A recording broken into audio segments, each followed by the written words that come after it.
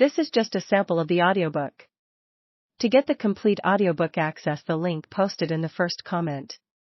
Appeared in a number of television documentaries, gave any number of speeches, and signed many hundreds of autographs. Most of the payments for these activities found their way to various RAF charities.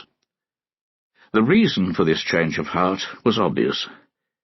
It gave him a reason to live, and to live a life he could enjoy. When he then said, completely out of the blue, "I would quite like to write the story of my life," I was considerably taken aback. I could see that given the interest that was being shown in him as a Dambuster, his personal account might be something that people would want to read. But with so many hours having been given over to film and television programs, together with so many millions of words in books and articles, would there be anything new to say? It would, of course, be a unique personal account of a young man going to war with the RAF, and of a remarkable 6 weeks culminating in a piece of RAF history. But would my father's version really provide significant new insights? As we continued talking over the following months and years, during long hours of conversation, he revealed stories I'd never heard before.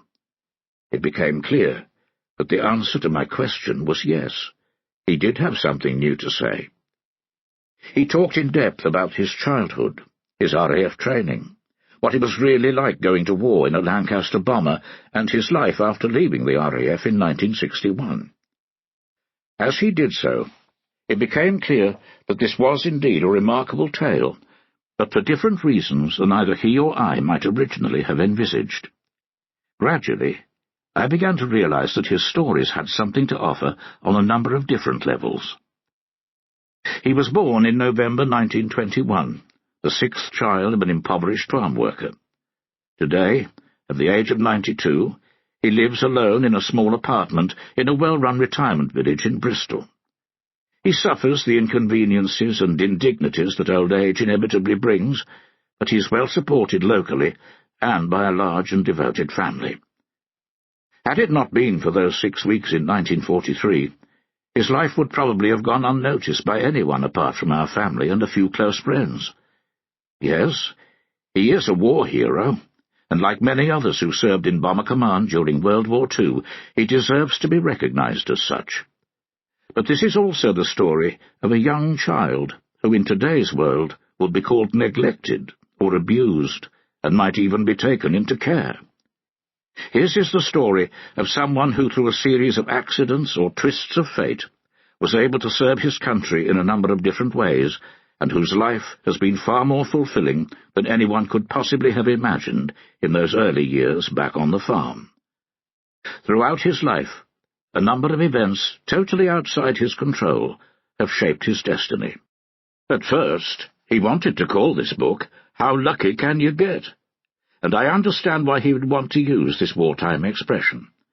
But there was far more to the way my father's life took shape than mere luck. This is not a technical history book.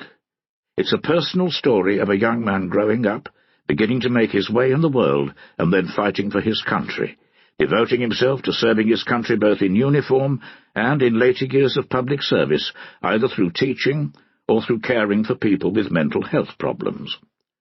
It is the story of a young man leaving behind a beleaguered beginning and embarking on a quest for happiness and fulfillment. It is also a record of what it was like to live through most of the 20th century, and illustrates just how much our society has changed in one man's lifetime. Morgan Johnson, January 2014. Chapter 1. Chuck and a Family at War. I was never frightened. Not when I was standing right there by her side. I knew she would look after us no matter what. She was a real beauty in her own purposeful way, and truly inspirational. I felt a great glow of confidence and enthusiasm when I leaned against her. I certainly wasn't scared, not when I was standing next to Chuck. I don't think any of us were at that point. Later, when we were up there in the darkness, with German fighter pilots and flak gunners trying to seek us out and kill us. There would be plenty of time to be frightened. Chuck, you see, was